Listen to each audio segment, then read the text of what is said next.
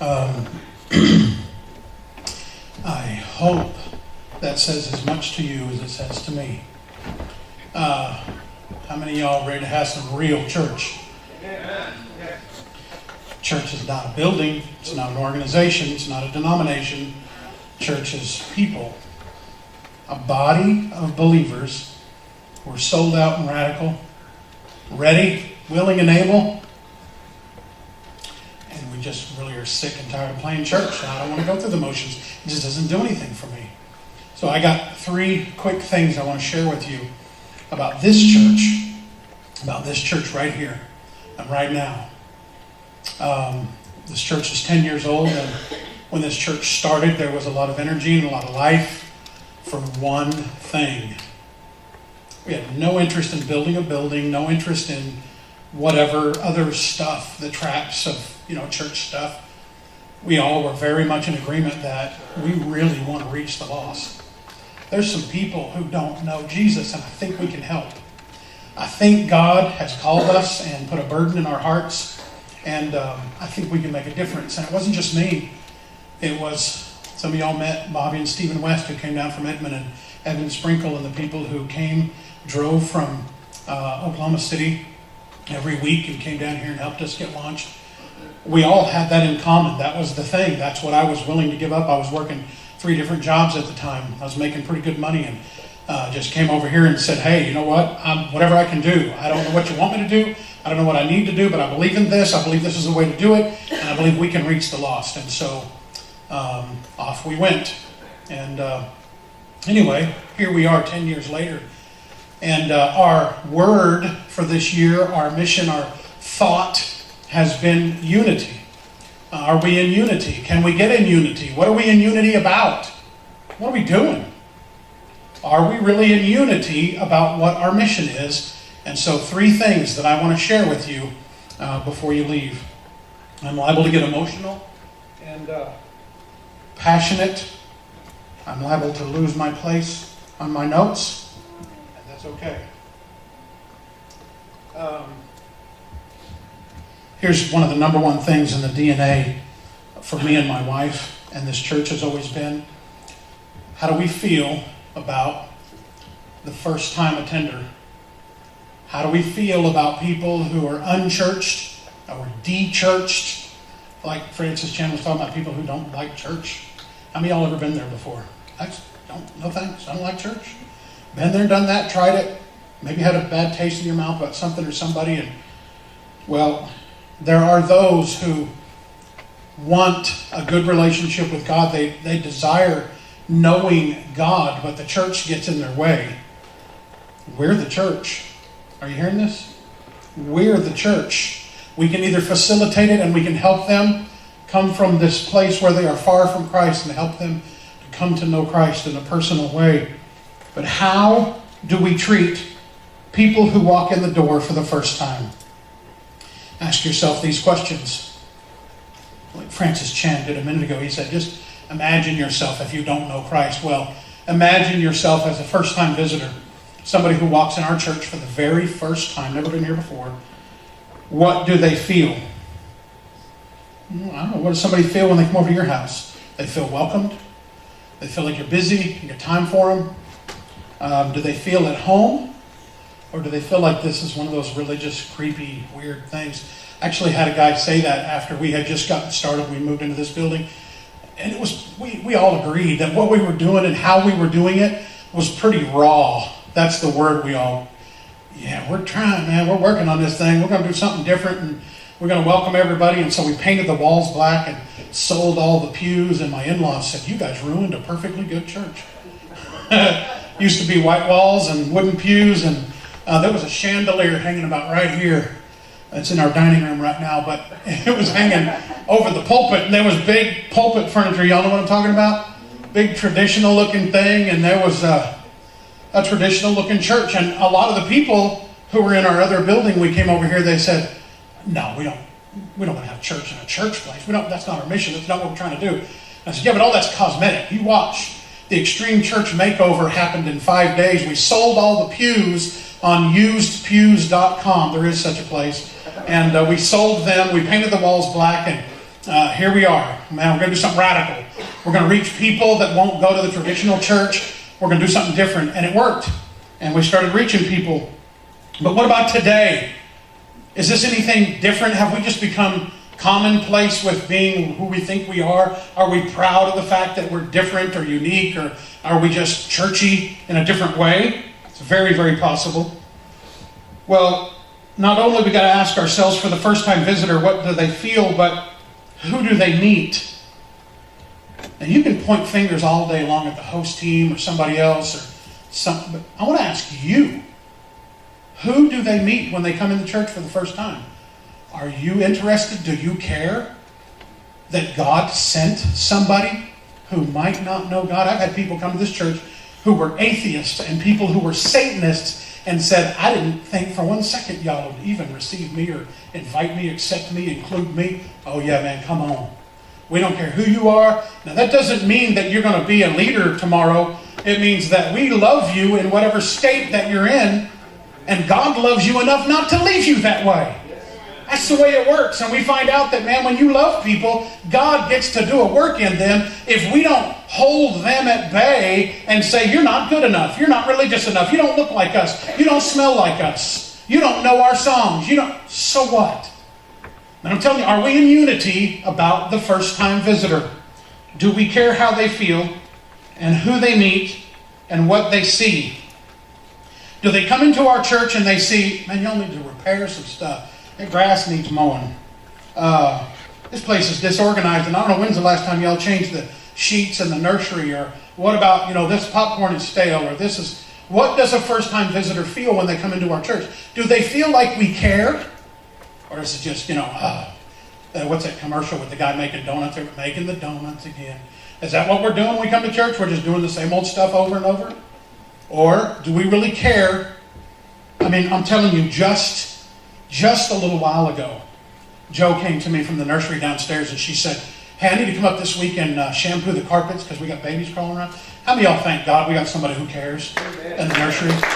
Y'all need to go tell her, and you need to go volunteer, and you need to help. Can I get an amen? Amen. Now look, we need people who care in the host team, amen? That's right. Who are back there in the snack shack and saying, man, hey look, you're first time here, we want to honor you. Man, come get some coffee, come get a donut, you kids come on in, feel welcome. It disarms people. And they feel like I'm welcome here, and they're going to give me something. They're not here just asking for stuff. They want to give me something. They want to serve me.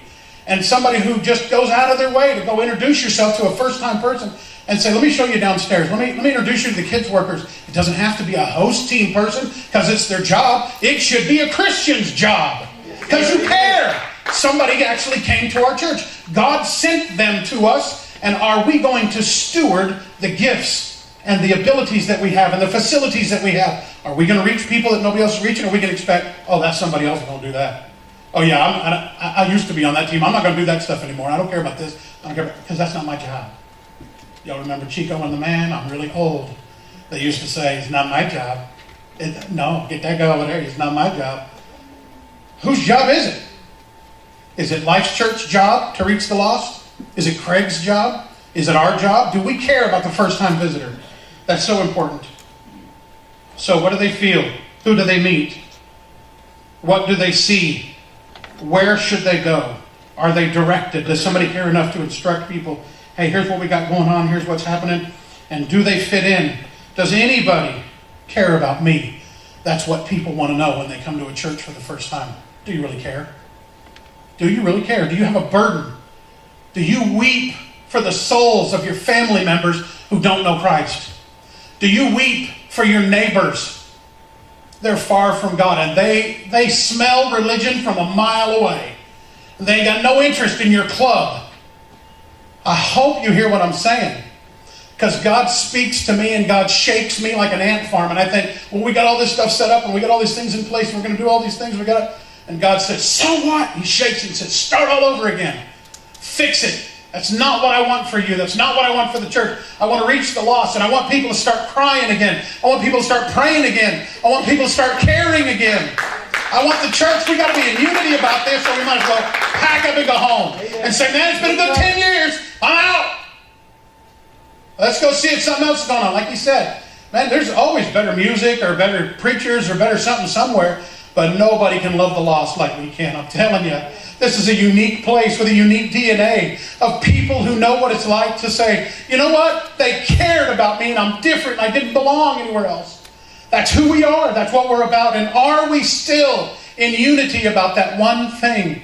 That we're going to reach the person that they don't care about church, they don't care about religion, they don't want the same old stuff, and they're going to give God one last try.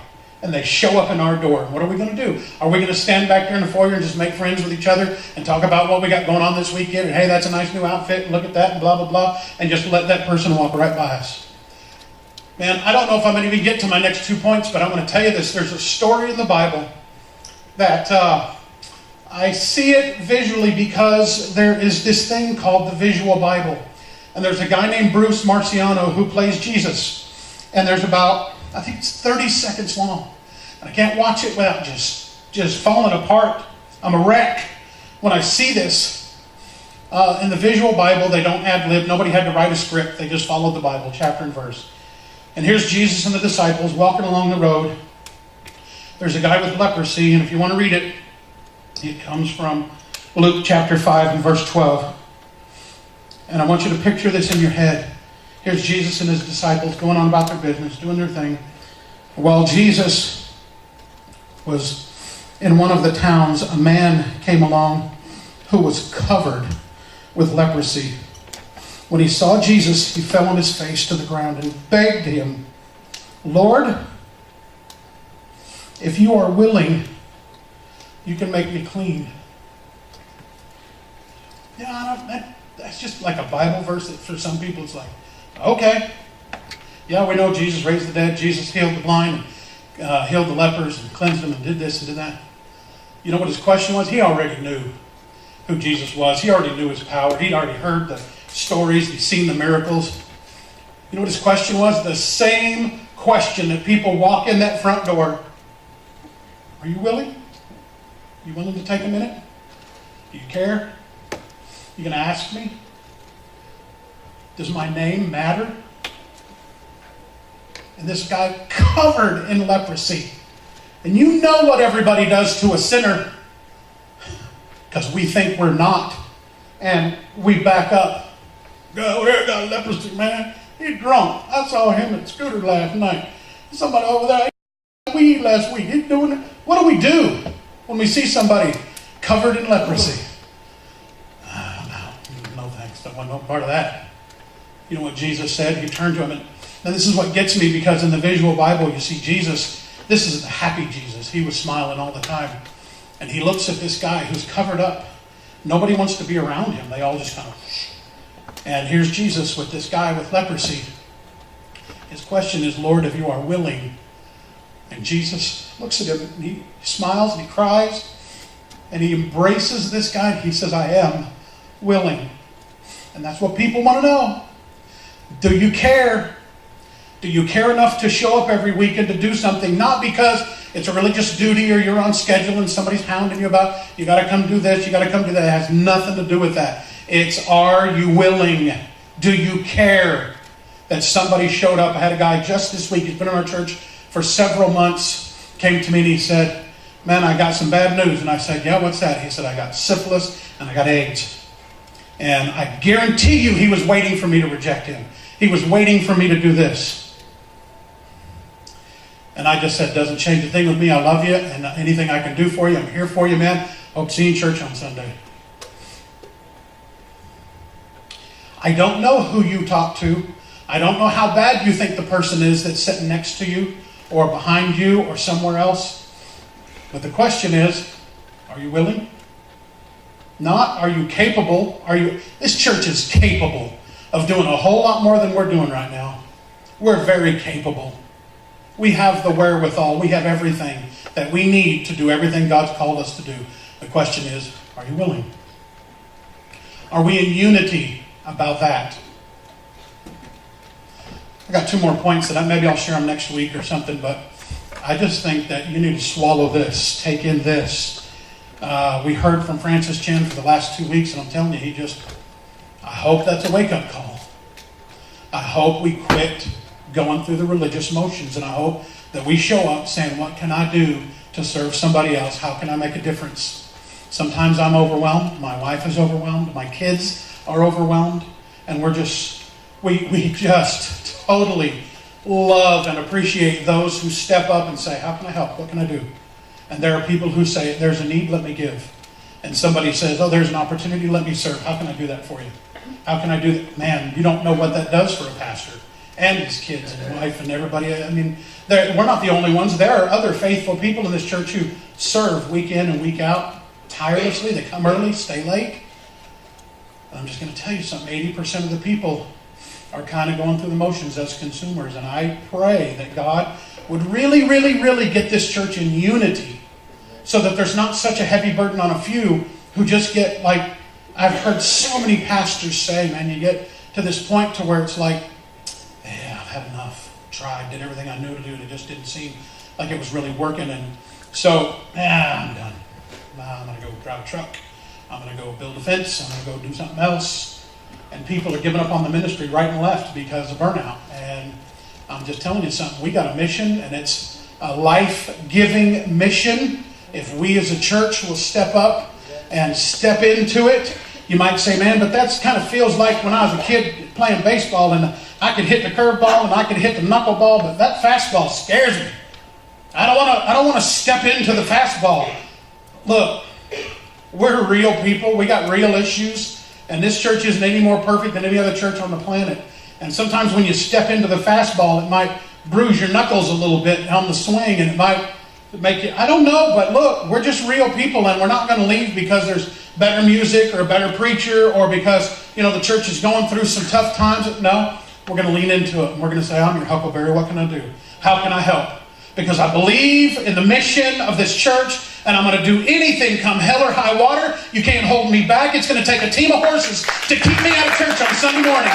Not because I'm religious and I want to go through the motions, but I know there's somebody lost that's going to come through our doors. I know there is. And I know they're hurting. And you know what the question is? What's the question?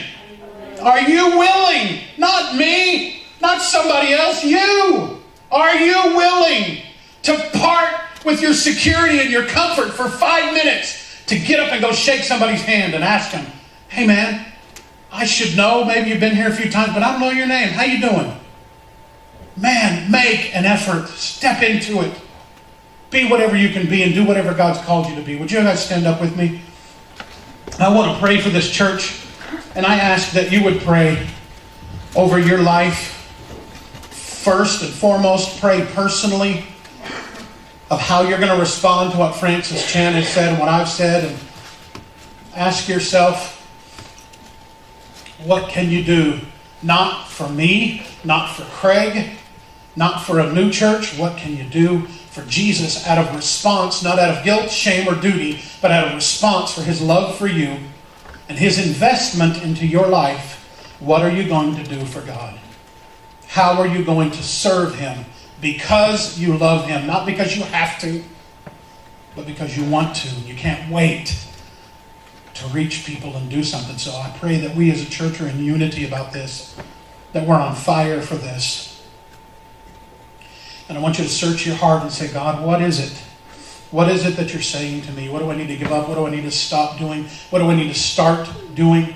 How can I engage and partner with this local church to do what you've called me to do? God, I want to make a difference. I don't want to go through the motions, and I don't want to make a living. I want to make a difference. God, help me. Make that your prayer right now.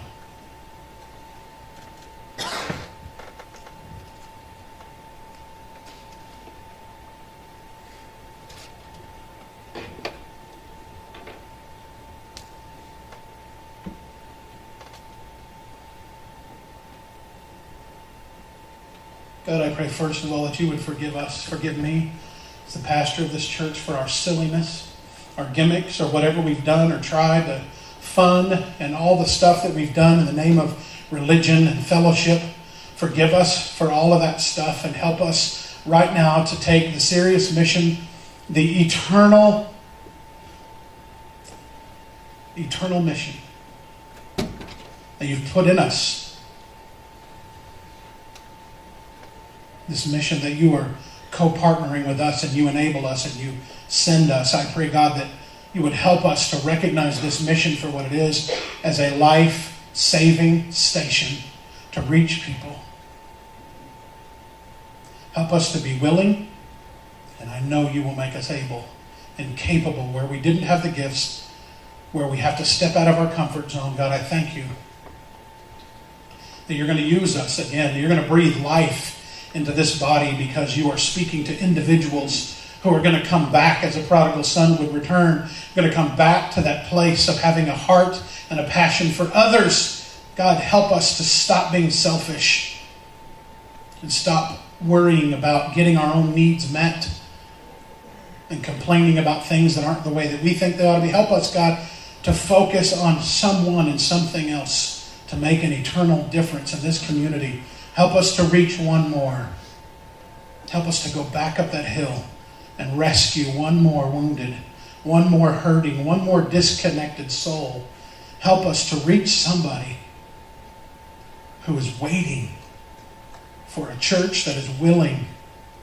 Help us to be the willing church.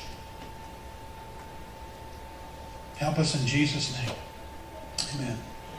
Amen. Are y'all with me? Are we in unity today? Come on, give Jesus a hand clap of praise and tell him today, Lord, we're on board. Whatever it takes, whatever you call us to do. We're going to go wherever you want us to go. We're going to do whatever you want us to do. This is dangerous prayer. Dangerous, because God's going to speak to you. And he's going to say, all right, then stop doing this. No, come on, Lord. Really, that? But that's cool. I like that. That's good. It doesn't matter. If you pray that prayer, God, take away everything that keeps me from you. I've got to get, I'm reckless abandonment. I've got to get close to you, God. I don't want us to stop short and settle for religion anymore. Can I get an amen? Now let's be passionate about reaching the lost and connecting with God. Now you get an opportunity.